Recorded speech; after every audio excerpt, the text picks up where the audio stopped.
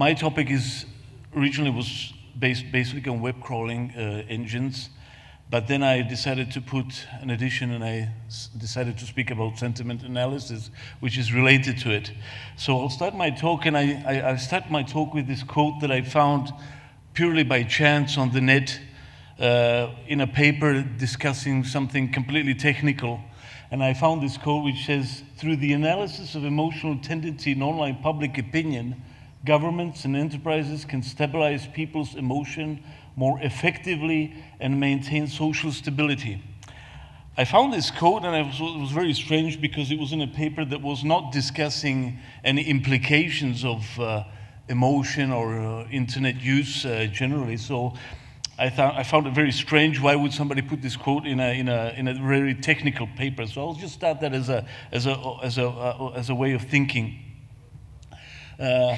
The first thing is I just want to briefly say something about what is emotion. This is a problem because we heard a lot of definitions. What is the nous? What are passions? What are things like that? But emotion is a tricky term. It's not easy to define, neither in the patristic nor in the other tradition.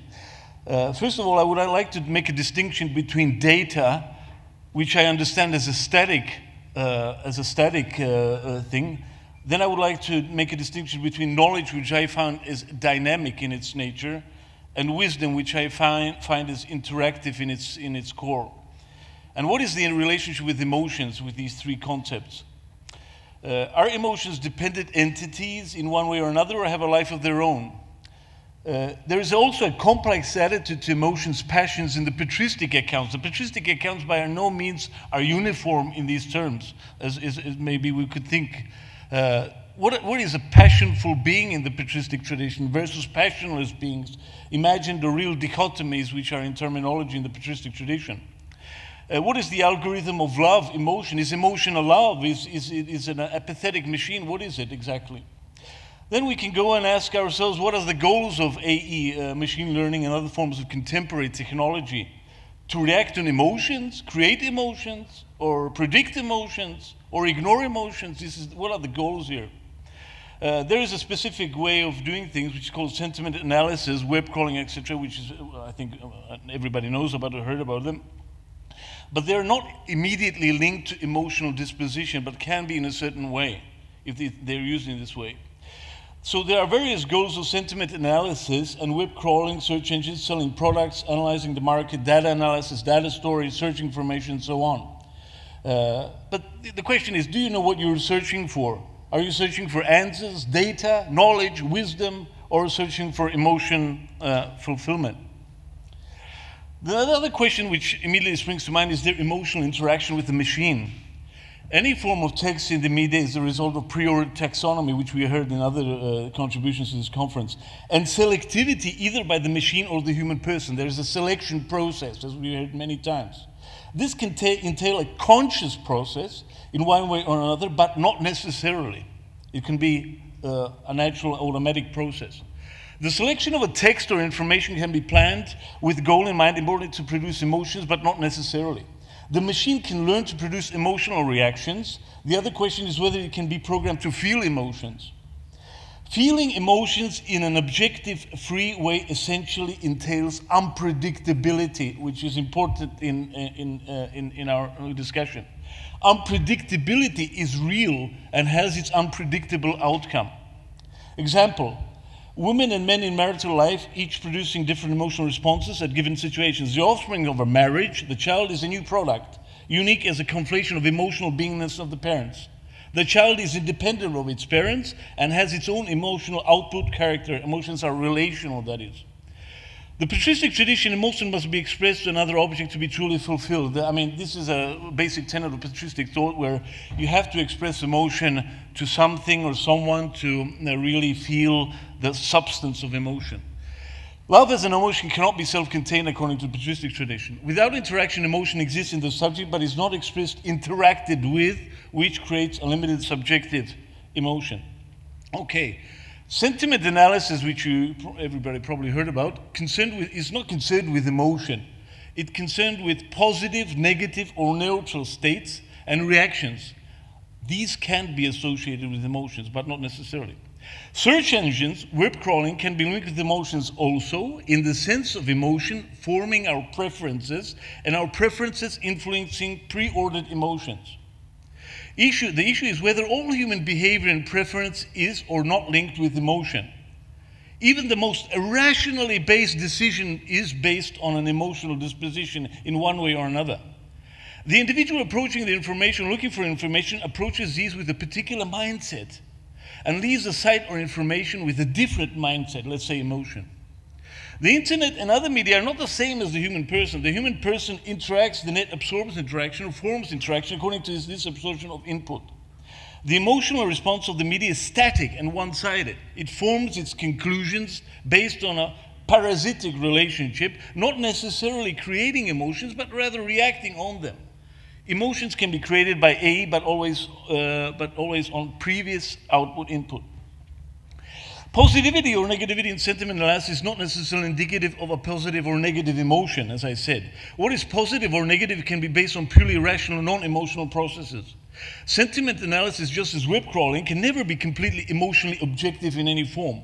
Custom-made web crawlers and custom-made sentiment analysis algorithms will always be subjective, based on predispositions, assumptions, mechanical processes, etc. Reaction to the emotions of the individual target group again creates new sets of possibilities, which are however limited by these in advance. Coordinating emotion according to needs limits this emotion in the end. The problem is how to identify emotions and search for emotions in this whole system. Why would you look for emotion and stimulate emotion in a human being? Rational or emotional, what is the link? What is the link between rational and emotional here? Because rationality is the thing that governs machine learning. Intention of producing emotion, seeking out emotion, experience emotion, rational decisions versus emotional decisions. Problem of emotional overexposure creates a state of emotionlessness. Looking at the news and seeing the same negative story over and over again creates emotional numbness. In web crawling, relevancy, efficiency, cost effectiveness determines criteria of interest. So basically what happens is that you become an emotionless being and then you become rational, or what is the relationship between the two. Then we have another issue, which is direct and indirect pedagogy of emotions, sentiment analysis, and search. Emotions are predicated and learned producing preset emotions. This is important. In the end, each person has a more limited choice for emotional expression, the more he or she utilizes search engines, or if the material is adapted to preferences of the individual. In search engines, the choices get narrower or broader, but dependent on the algorithm used. Emotion not directly with text or terms, but without context. Contextual emotion is difficult to detect. Discover emotion in a text or side effect. The negative results controlling emotions, a conscious process of control. The problem is, how do you detect or create a system of detecting emotions in a text or other form of communication? I'll just give a brief example here. What is the goal of detecting emotions? Religious texts, political texts, and other similar texts, by virtue of their character, have a propensity to form and structure emotion in a reach-out mode. Goal of marketing is to sell products. Emotion can be merely a byproduct unless used for marketing. We can stimulate degrees of a reach-out mode in any forms of information. The more you search for something, the more you are paradoxically limited by the search and its specifics. Web crawlers, search engines are limited in their scope for many reasons, which means that there will always be black holes in terms of objectivity, but importantly, other forms of interaction. On a most basic level, what you search for is what you are. Any word term can be emotionally charged on its own if I go more to a technical side of my talk, but this is dependent on the preparatory situation of the given reader and the context. Words and terms are always contextually determined in their meaning and import. Even the most emotionally charged term, let's say love, God, can lose its emotionality, and this has implications for machine learning and other forms of AI development. For example, a term like self-realization, which you can find on the net very, very frequently, has a potential on its own to stir emotions in a reader that reads it, whether he or she is religious or not, since the term reaches out to the core of the human person in one way or another, which stems from its designation. These emotions are not necessarily positive or negative. Here we may speak of emotional terms without necessarily identifying the type of emotion in question. In context, this emotional is further enhanced. I'll give a brief quick example because I can't manage to do it all in 15 minutes here. But at one particular site dealing with Indian religious systems, we read the title, The Science of Self-Realization. In this title, the term self-realization is potent with meaning, perhaps immediately evoking associations of an emotional kind. The term science is, of course, more abstract. On its own, science is a word corresponding to a fact, to a state of affairs. And we will be hard-pressed to identify some forms of emotionality in this term. However, the combination science and self-realization produces an explosive emotional term, since the already emotionally charged term self-realization is further jettisoned to higher meanings by the amplifying term science. Since now self-realization not only expresses something abstract, but a concrete scientific character that is generally, of course, viewed by all of us positive. Anyone who is an unbeliever, that is a person trusting only in science, wouldn't be perhaps unstirred solely by the term self-realization, or to a lesser extent. But with the combination with science, this could imply for such a person that this abstract emotionality is indeed true and trustworthy. Terms themselves associate with degrees of emotion. So, I mean, not one term is loaded with emotion. It depends how we structure the sentence, how we put these words together, how we develop emotionality in a basic text. Later in the same site, we read the subcategories or chapters which continue placing dual terms, providing for an enhanced emotional expression in the same site. So I'm not going to read the whole thing, but I can just give you an example here. Thus we read chapter 1, Learning the Science of the Soul. Here again the term science gives credit to the word soul and its reality. Chapter 2, Choosing a Spiritual Master. Here the term master offers viability or professionality in one way or another to the reader. Even if one would have qualms about the term spiritual, the term master offers a kind of professional criterion to the whole thing. Chapter 3, Looking at the Cultural Background. Chapter 4, Understanding Krishna and Christ.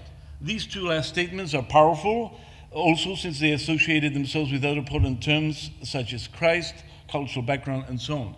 The association between Krishna and Christ creates a duality, and therefore, in this case, credibility, an emotional credibility. Further, chapter 5, Practicing Yoga in the Age of Quarrel. Chapter 6, Finding the Cure for Today's Social Ills. Again, potent with emotional meaning. On its own, practicing yoga can mean different things, even suspicious things. But here, in combination with suggestive age of quarrel, social problems, and so on, it gives a sort of legitimacy to the whole thing. If you look at these chapters, we immediately see a gradient of emotionality. The chapters and their terminology are presented in an emotionally ascending order, using neutral terms in combination with emotional ones. The reader is immediately confronted with emotionally potent terms from the beginning of the chapters and account. However, in any given chapter or text of the account, the same interplay is present, with equal emotional import, whatever chapter you choose. It's like as if it's planned. We may speculate whether this was the intention of the writer, of course, or is a chance product by the text itself. The above example proves the basic relationality of terms. General emotionless terms are placed with emotionally positivistic or negative terms, creating a new meaning and implication. Even the most neutral term can attain emotional potency if placed in a correct order.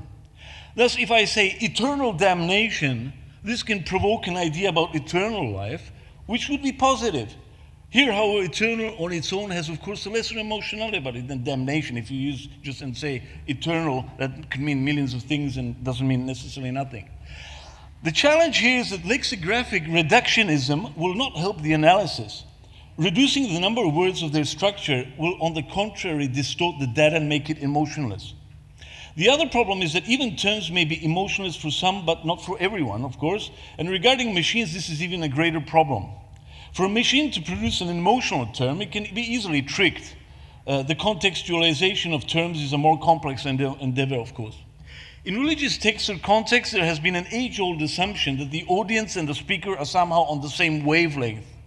Thus, for example, an outreach religious text will use terms congenial to that what would be assumed to the reader here identifies with. These terms would be, for example, savior, salvation, and so on. But even more contemporary terms such as COVID-19, can create an immediate point of unity between a speaker and audience in a given setting. The religious texts themselves have also an implication in terms of political influence. Religious texts have the potential to affect other areas, either directly or indirectly. This is perhaps unique to the religious texts and their context, but not only to them, of course. It is also possible to produce a scale of terms where content and form correspond to each other in lesser or greater degrees, which is related to emotionality. This could help us to identify emotional processes in a more constructive manner. Emotion as a process emerges from something deemed real. It is difficult to have emotion without an object or subject of emotion, which is more or less real. Of course, this can be an illusion or I'll conclude. Of course, this can be an illusion or corresponding to reality from the human point of view. A loving relationship to a pet is conditioned by the existence, its beingness, in one way or another. You cannot love a pet that doesn't exist. Okay, so I don't have much time, so I can reach my conclusions, which basically managed to do. So these are just a few conclusions from what I was saying here. Emotionality in a term, text, and other form is real, but borrowed, and depends on the relationship with person or entity. Regardless of emotional content, this content is essentially dependent on associations. No independent emotionality outside interaction. Subject-object relationship. Lexicographic approach to emotion, it is possible to produce a scale of terms where content and form correspond to each other in lesser or greater degrees, which is related to emotionality. This could help us to identify emotional processes in a more constructive manner. Emotion as a process emerges from something deemed real. It is difficult to have emotion without an object or subject of emotion, as I just said. Of course, this relationship can be an illusion or real depending on the vantage point and character of interaction. In any case, the identification of reality is a mark and precondition of attachment of an emotional kind. You cannot be emotionally attached to something that doesn't exist, at least in your mind. This can be measured, searched for in some sort of machines. And reading motion means determining emotions. And I'll just conclude with a quote from Chrysostom, which is, I found it interesting, a bit relevant here. Whether there be knowledge, it shall be done away. He was not silent, but added also the manner of its vanishing away. Immediately subjoining saying, this was a commentary on Paul, and he says, we know in part, and we prophesy in part, but when that which is perfect has come, that which is in part shall be done away. So I think that symbolizes what I was just saying, that this ability of a full emotional text is really either an illusion or is dependent on the vantage point of the viewer. Thank you. Thank you very much, Father.